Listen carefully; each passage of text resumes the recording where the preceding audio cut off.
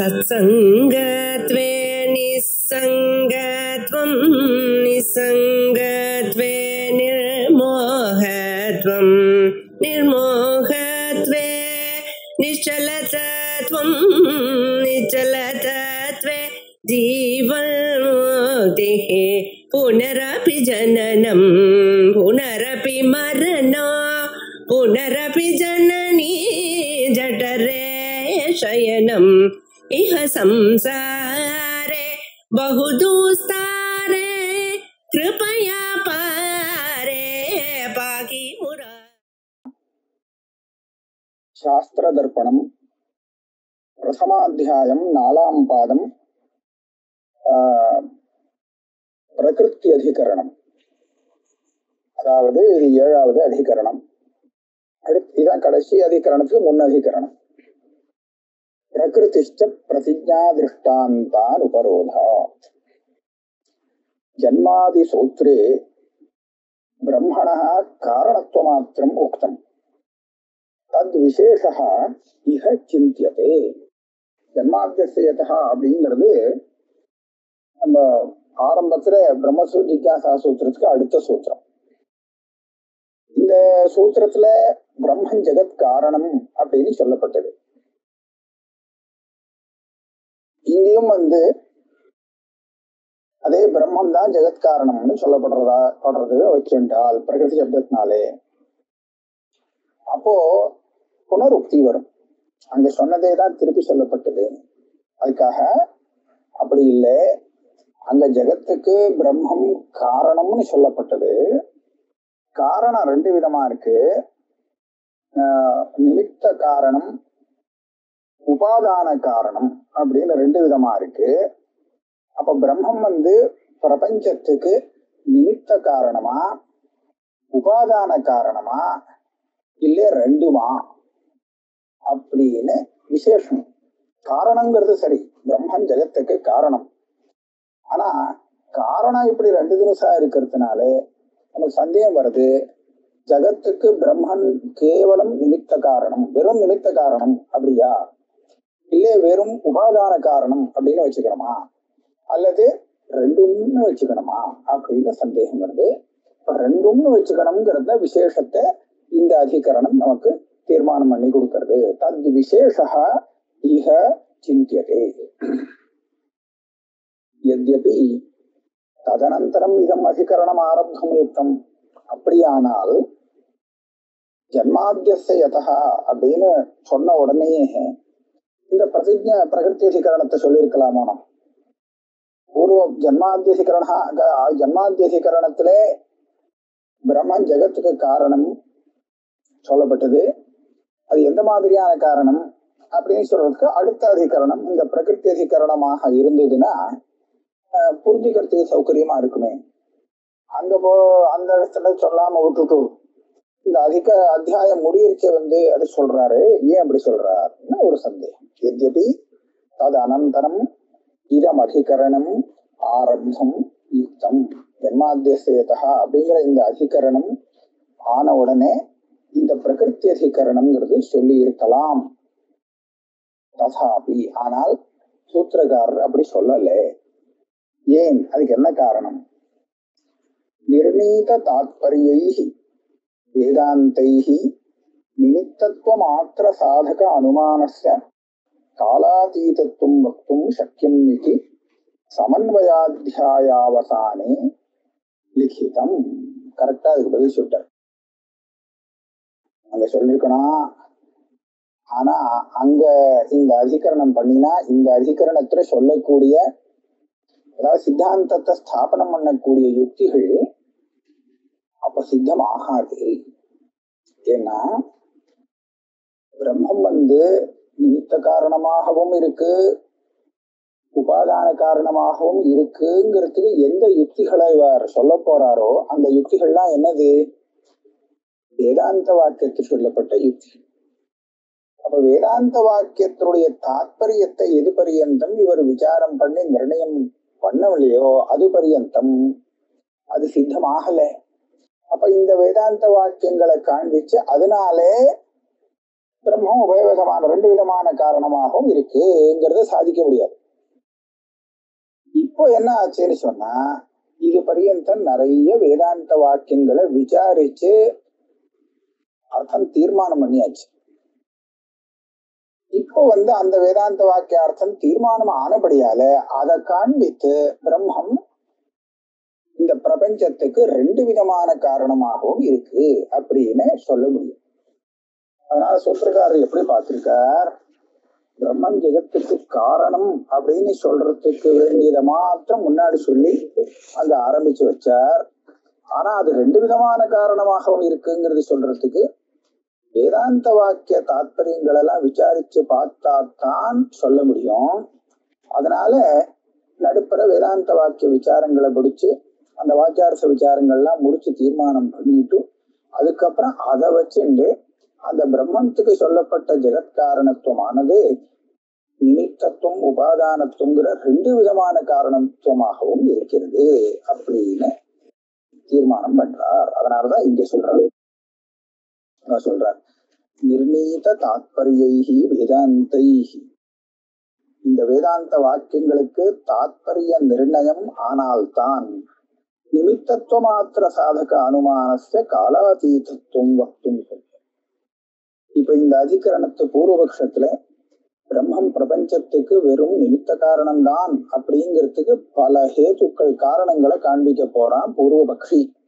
அப்படி இருக்கும்போது அவன் சொன்ன அனுமானத்தை இதெல்லாம் ஸ்ருதி விருத்தம் அப்படின்னு சொல்லணுமானால், வேதாந்த வேதாந்த விருத்தமா இருக்குன்னு சொல்லணுமானால் அந்த ஸ்ருதி வேதாந்த வாக்கியங்களுக்கு சரியான தாத்பரிய நிர்ணயம் ஆகியிருக்கணும்.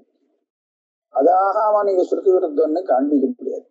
அதனால இவ்வளவு தூரம் விசாரம் பண்ணி வேதாந்த வாக்கிய தாத்பரியத்தை நிர்ணயம் பண்ணிட்டு இதுக்கு மேல இந்த வேதாந்தத்துல இப்படி தீர்மானமானபடியாலே வெறும் நிமித்த காரணம்தான் பிரம்மம்னு சொல்றதுக்கு நீ சொல்ற அனுமானங்கள்லாம் இருக்கே, அந்த அனுமானங்கள் இந்த ஸ்ருதிக்கு விருத்தமா இருக்கிறதுனால ஸ்ருதியால பாதிக்கப்படும் அப்படின்னு சொல்லி சித்தாந்தம் பண்ண போறார். அதுக்காகதான் கடைசியில கொண்டு வச்சிருக்காரு, சமன்வயாத்தியாயத்துல கடைசியில வச்சிருக்காரு. அப்பிரதர்சித்தே விஷயே சமன்வயோ துஷ்பிரதிபாதஹா இதி காரணத்துவமாத்திரம் தத்ரோக்தம் பிரம்ம காரணத்துவம் அபியுபேத்ய விசேஷ விப்ரதிபத்தி நிராச சாமியா பாத சங்கத்தி. அதாவது ரெண்டு விஷயம்.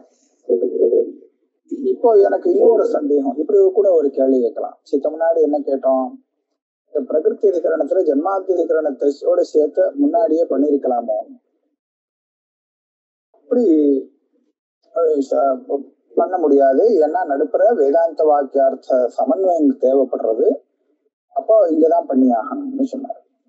அப்படியானால் அந்த ஜன்மாதிகரணத்தை இங்க அத்தியாயம் கடைசியில இங்க கொண்டு வச்சு விடலாமே.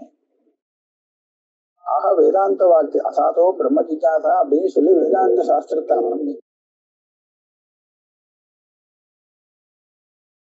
பிரம்மத்துக்கு லட்சணமாக ஜெகத்காரணத்துவம் சொன்னாரு. அதை அங்க சொல்லாமல் விட்டு வேதாந்த வாக்கியார்த்தத்துல சமன்வயம் பண்ணி காமிச்சு கடைசியில அந்த பிரம்மன் தான் ஜெகத்காரணம் அப்படிங்கிறத இங்க கடைசியில சொல்லியிருக்கலாமே. அப்ப எதுக்கு அங்க ஒரு அதிகரணம் இங்க ஒரு அதிகரணம் சொல்லி இப்படி ரெண்டு தனித்தனியா பிரிச்சு சொல்லணும்? அதுக்கு என்ன பதில் சொல்றார், அப்பிரதர்சித்தே விஷயே சமன்வயோ துஷ்பிரதிபாதஹா. பிரம்மா நான் வேதாந்த விசாரத்தை ஆரம்பிச்சா இந்த வேதாந்தங்களுக்கெல்லாம் எந்த விஷயத்துல தாத்பரியம், சமன்வயம்னா தாத்பரியம் அப்படின்னு சொல்றதுக்கு அந்த விஷயம் என்னன்னு காண்பிச்சாதானே அதுல தாத்பரியம்னு சொல்ல முடியும். இப்ப விஷயம் என்ன, எதுல சமன்வயம் பண்றார், பிரம்மத்திலே சமன்வயம். அதாவது எந்த வேதாந்த வாக்கியத்தை எடுத்துட்டாலும் அந்த வேதாந்த வாக்கியமானது ஆகாசத்தை சொல்றதா பிரம்மத்தை சொல்றதா, பிராணனை சொல்றதா பிரம்மத்தை சொல்றதா அப்படின்னு சொல்லி எல்லா இடத்தையும் பிரம்மத்தை சொல்றதுன்னு தாத்பரியம் சொல்றாலும் இல்லையா. அப்ப பிரம்மம்னா என்னங்கிற அந்த ஸ்வரூபத்தை ஜன்மாத்தியசேதகாங்கிற சூத்திரத்துல சொல்லலேன்னு சொன்னால் அப்ப எதுல தாத்பரியம்ங்கிறத மேற்கொண்டு தீர்மானம் பண்றச்சு சம்சயமே வராது அதை பத்தி. அதனால சொல்ல முடியாது. அதனால பிரம்மம்னு ஒண்ணு காண்பிச்சு கொடுத்துட்டு அதுக்கப்புறம் அந்த பிரம்மத்துலதான் வேதாந்த வாக்கியத்துக்கு தாற்பயம் அப்படின்னு மேல விசாரம் பண்ணி தீர்மானம் பண்ணினா தான் விஷயம் கிடைக்கும் விசாரத்துக்கு. அதனாலே விஷயத்தை சொல்லாமல் வேதாந்த வாக்கியத்துடைய தாற்பயம்னு சொன்னா தாற்பயம் என்னன்னு எதுல தாற்பயங்கிறது எப்படி தீர்மானம் பண்றது? அதனால அப்பிரதர்சித்தே விஷயே சமன்வயோ துஷ்பிரதிபாலகா, அந்த தாற்பயத்தை நிரூபிக்க முடியாது போகும். அதனால முதல்ல பிரம்ம லட்சணமும் பிரம்மத்துக்கு வேண்டிய பிரமாணமும் சொல்லிட்டு அதுக்கப்புறம் அப்பேற்பட்ட பிரம்மஸ்வரூபத்துலதான் சகல வேதாந்தங்களுக்கும் தாற்பயம் அப்படிங்கறது தத்துவ சமன்வயா அப்படிங்கிற சூத்திரத்தினால சொன்னார். பிரம்மம்னா என்னன்னே சொல்லாமல் அங்கே விட்டுட்டு பிரம்மத்துல தாற்பயம்னு சொன்னா அது புரிஞ்சிக்க முடியாது போகும். அதனால அங்க ஆரம்பத்துல ஒரு அதிகரணம், இங்க அத்தியாயம் கடைசியில ஒரு அதிகரணம்னு 2 அதிகரணம் பண்ணினார். பிரம்ம காரணத்துவம் அபுபேத்திய விசேஷ விப்ரதிபத்தி நிராச சாமியாத் பாத சங்கதி. இந்த பிரகிருதி அதிகரணத்துல பூர்வபக்ஷி பிரம்மன் ஜெகத்காரணம்ங்கிறத ஒத்துண்டுதான் பேசுறான். ஆனால் ஜெகத்காரணங்கிறதுல சந்தேகம் இல்லை. ஆனா காரணத்துவங்கிறது நிமித்த காரணத்துவம் தான் அப்படின்னு பூர்வபக்ஷி நினைக்கிறான். சித்தாந்தி என்ன சொல்றான்? உபாதான காரணத்துவமும் உண்டு. பூர்வபக்ஷி சொல்றான் நிமித்த காரணத்துவம் தான் அப்படின்னா உபாதான காரணத்துவம் கிடையாது. சித்தாந்தி என்ன சொல்றான்?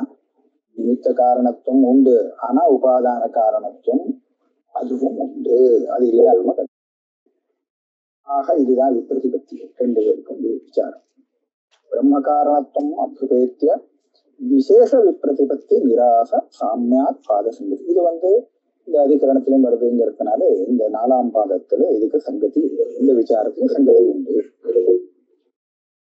இப்ப சம்சயம் சொல்றார். பிரம்மா ஜகதா அதிஷ்டாத்ரு காரணமேவ உத உபாதானமபி இது சம்சயா. பிரம்மன் ஜெகத்தே காரணம் அப்படின்னு சொல்லப்பட்டது. அது பிரம்மம், அந்த பிரம்மன் ஜெகத்துக்கு வெறும் அதிஷ்டாதா, அதாவது நிமித்த காரணம் மாத்திரமா இல்லை உபாதானமாகவும் உபாதான காரணமாகவும் உள்ளதா அப்படின்னு சந்தேகம். இப்போ சம்சயம் ஏன் வந்தது? பிரம்மத்தை பத்தி பிரம்மன் காரணம் சொல்லிட்டா பொதுவா சொல்லுவாச்சுன்னா அதை ஒத்துக்க வேண்டியதானே. அது இந்த காரணமா அந்த காரணமா ஏன் சந்தேகம் வருதுன்னு கேட்டா, அந்த சந்தேகத்துக்கு காரணம் வேதாந்தத்திலே இருக்கு. அங்க எப்படி இருக்குன்னா, ச ஈக்ஷாஞ்சக்ரே சப்ராணமசுஜத இது ஈக்ஷணபூர்வக கர்த்திருவ ஸ்ருதேஹே புண்ண ஏக விஜானேன சர்வ விஜானோபதேசாச்ச சம்சயः. சஹா அந்த பரமாத்மா ஈக்ஷாஞ்சக்ரே ஆலோசனை செய்தார். இப்படி எல்லாம் இந்த சிருஷ்டி பண்ணணும் அப்படின்னு ஆலோசனை செய்து பிராணமசுஜத அந்த பிராணனை சிருஷ்டி பண்ணினார். அப்படின்னா என்ன? அவர் யோஜனை பண்ணி சிருஷ்டி பண்ணிருக்காருங்கிறது இந்த ஸ்ருதி தெரிவிக்கிறது. யோஜனை பண்ணி ஒரு காரியத்தை செய்யணும் அப்படின்னு சொன்னால் அந்த காரணமானது நிமித்த காரணமாக இருக்கும் அப்படிங்கிறத நம்ம லோகத்துல பார்க்கிறோம். ஆனா எப்படி பண்ணணும்னா, பிளான் பண்ணி ஒரு குலாலன் ஒரு கடத்தை நிர்மாணம் பண்றான் அப்படின்னு சொன்னால் அந்த காரியமான கடத்துக்கு அந்த ஈக்ஷணபூர்வகமா சிருஷ்டி பண்ணக்கூடிய அந்த குலாலன் உபாதானமாவா இருக்கான்? நிமித்த காரணமா தானே இருக்கான். ஆக ஈக்ஷணம் பண்ணி ஒரு காரியத்தை சிருஷ்டி பண்றதா இருந்தால் அப்படி சிருஷ்டி பண்ணக்கூடியவன் அந்த காரியத்துக்கு நிமித்த காரணமாகத்தான் இருக்கிறான் அப்படிங்கிறது லோகத்துல பார்க்கிறோம். பிரம்மமும் அதே மாதிரி ஈக்ஷணம் பண்ணி அப்புறம் சிருஷ்டி பண்ணினதாகத்தான் ஸ்ருதியில வர்ணிக்கப்பட்டிருக்கு. அப்படியானால் இந்த ஸ்ருதியை வச்சு பார்க்கிறச்ச பிரம்மம் ஜெகத்துக்கு நிமித்த காரணம் அப்படின்னு தெரியுது. அதே சமயத்துல ஏக விஜானேன சர்வ விஜான உபதேசாச்சு. பிரம்மம் ஒன்ன தெரிஞ்சிருந்தால் எல்லாம் தெரிந்ததாகும். எப்படி மண்ணை தெரிஞ்சுனுட்டா மண்ணால ஆனதெல்லாம் தெரிஞ்சதாக ஆகுமோ அப்படின்னு சொல்றது நமக்கு ஸ்ருதி. இதுவும் வேதாந்தத்துல இருக்கு. அப்படின்னா எதை தெரிஞ்சுட்டா எல்லாம் தெரியும்? உபாதான காரணத்தை தெரிஞ்சுட்டாதான் உண்மை எல்லாம் தெரியும். குலாலனை போய் தெரிஞ்சுட்டா உடனே கட்டாலாம் தெரிஞ்சு போகும்னு சொல்ல முடியாது. அது சுத்தமா தெரியாது. குலாலனையோ தண்டத்தையோ சக்கரத்தையோ தெரிஞ்சுட்டாச்சுன்னா உடனே கட்டம் தெரிஞ்சு போடும் அப்படின்னு சொல்ல முடியாது. உபாதான காரணம் தெரிஞ்சாதான் காரியம் தெரியும். ஏக விஞ்ஞான சர்வ விஞ்ஞானம்ங்கிறது அப்பதான் சொல்ல முடியும். ஏன்னா உபாதானத்துக்கும் காரியத்துக்கும் அபேதம் உண்டு. நிமித்தத்துக்கும் காரியத்துக்கும் பேதம்தான். அதனால நிமித்த காரணத்தை தெரிஞ்சுட்டா காரியம் தெரிஞ்சுக்கிறதுக்கு சான்ஸே கிடையாது. அப்ப இதை பாக்குறச்ச பிரம்மத்தை தெரிஞ்சுட்டா எல்லாமே தெரியும் அப்படின்னு பிரதிஜை பண்ணி அத நிரூபணம் பண்றதுனாலே பிரம்மம் அந்த சகல ஜெகத்துக்கும் உபாதான காரணமாக இருக்கணும் அப்படின்னு தோன்றும். இப்படி ஒரு ஸ்ருதி தெரிவிக்கிறது, அப்படி ஒரு ஸ்ருதி தெரிவிக்கிறது. இந்த ரெண்டு ஸ்ருதியும் காண்பிச்சா நம்ம பார்த்தோமானால் சந்தேகம் வந்துடுறது. இந்த பிரம்மா இந்த பிரபஞ்சத்துக்கு உபாதான காரணம் நிமித்த காரணம் ரெண்டுமாக இருக்கா, இல்லே நிமித்த காரணம் மாத்திரமாக இருக்கான்னு சந்தேகம் வருது. பூர்வத்திர பிரதிஜாம் முக்கியாம் ஆசிரித்ய ஜீவபரத்வம் வாக்கியஸ்ய நிரஸ்தம் இஹது நிமித்தோபாதான பேதாத் கௌணீசா இதி பிராப்னோதி. சங்கதி சொல்றார், பூர்வாதிகரண சங்கதி.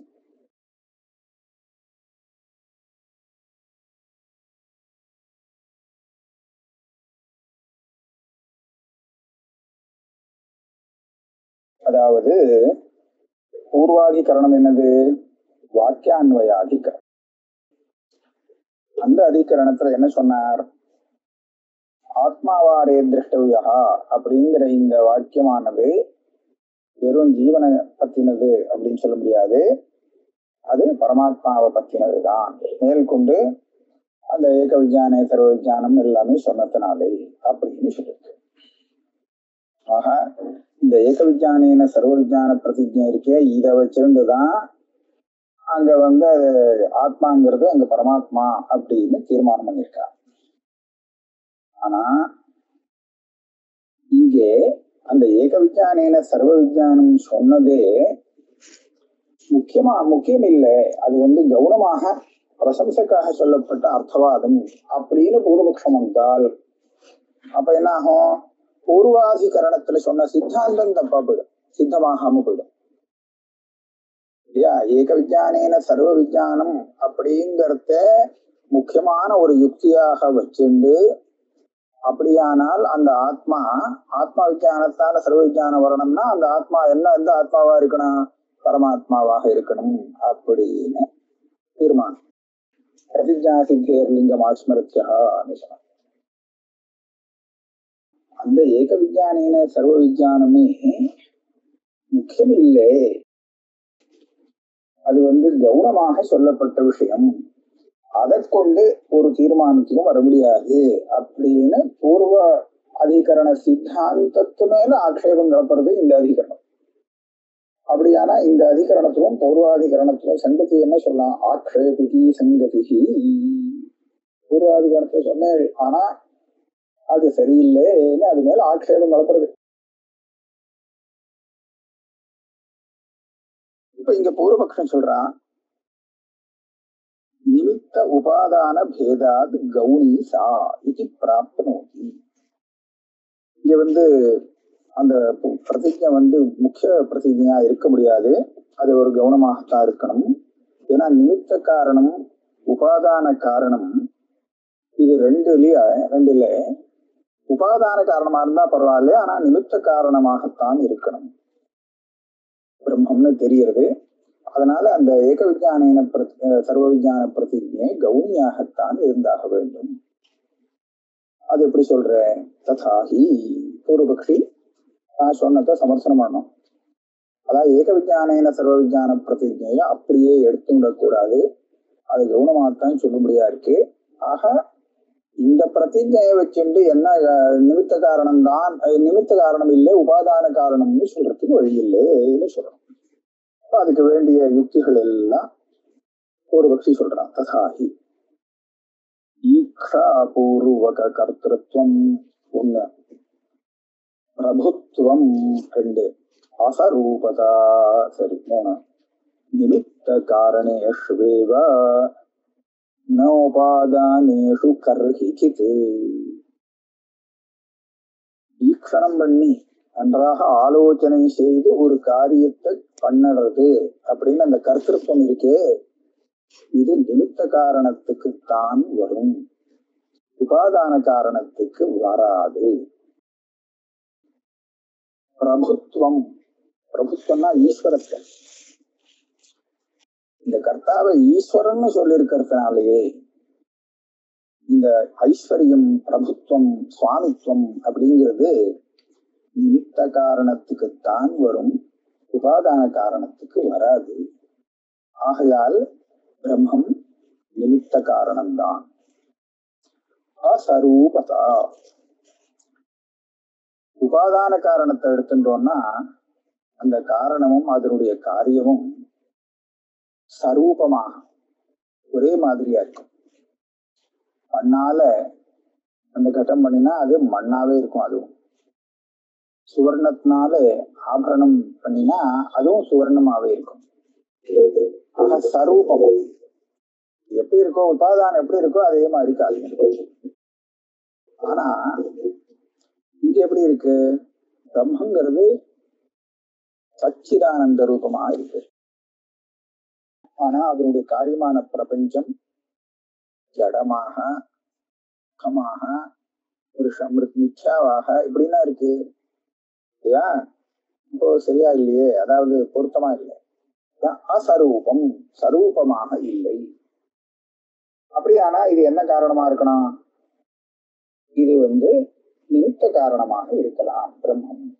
ஏன்னா உபாதான காரணமா இருந்தால் சரூபமாக இருக்கணும், சாரூபியம்.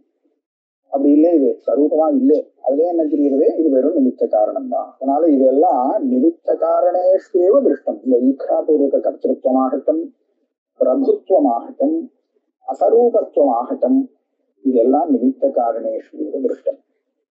ந உபாதானேஷு கர்ஹிசித் திருஷ்டம். ஒரு சமயமும் உபாதான காரணத்துல இந்த ஈக்ஷணபூர்வக கர்த்திருவமோ, பிரபுத்துவமோ, அசரூபத்துவமோ இதை பார்த்ததே கிடையாது, இங்கே இல்லை. இதுல நம்ம அனுமானம் பண்ணலாமா? ஒரு பட்சி அனுமானம் சொல்றான். பிரம்மா ந திரவிய பிரகிருதி ஈக்ஷித்வாத் கர்த்திருத்வாத் ஸ்வதந்திரத்வாதி யாவத். இது முதல் இதா வச்சுக்கலாம். பிரம்மம் பிரகிருத்தினா உபாதானம்னு அர்த்தம். இந்த பிரம்மம் இருக்கே, காரணம் சொல்லப்பட்ட பிரம்மா, வேதாந்த சொல்லிக் கொடுக்கக்கூடிய அந்த பிரம்மம், இது இந்த பிரபஞ்சத்துக்கு உபாதான காரணம் ஆகாது. பிரகிருதினா திரவிய பிரகிருதி. இந்த பிரபஞ்சம் திரவியமா இருக்கக்கூடிய, திரவியம்னு சொல்லலாம், நமக்கு சொன்னா புரியும். இந்த திரவியத்துக்கு உபாதான காரணமாக பிரம்மம் ஆகாது. ஏன்? ஈக்ஷித்வாத், சேதனமாக இருக்கிறதுனால. பிரம்மம் ஜடத்துக்கு பிரகிருத்தியாக ஆக முடியாது. அது ஜடமா இருந்தா ஜடத்துக்கு ஜடம் பிரகிருத்தியா இருக்க முடியும். ஆனா இது சைத்தன்யம் உள்ளதா இருக்கு, ஏன்னா பாக்குறது எல்லாம் யோஜனை பண்றது. அதனால இது திரவியத்துக்கு, ஜடமான ஜெகத்துக்கு பிரகிருதி ஆகாது. அப்புறம் அதுல இன்னொரு அனுமானம், கர்த்திருத்வாது. ஈக்ஷணம் பண்ணினதுங்கிறது ஒரு ஹேது. கர்த்தாவாக இருக்கே, கர்த்தான்னு எதை சொல்லுவோம்? இப்போ பானை உண்டாகணும்னு சொன்னா அதுக்கு உபாதான காரணம் வேணும், நிறைய நிமித்த காரணம் வேணும்.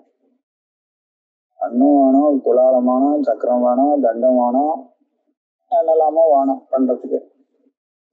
ஆனா இத்தனை நிமித்த காரணங்கள்லயும் எத்தனை உபாதான காரணங்களை, இத்தனை காரணங்கள் இருக்கிறச்ச கர்த்தான்னு நாம யாரு சொல்லுவோம்?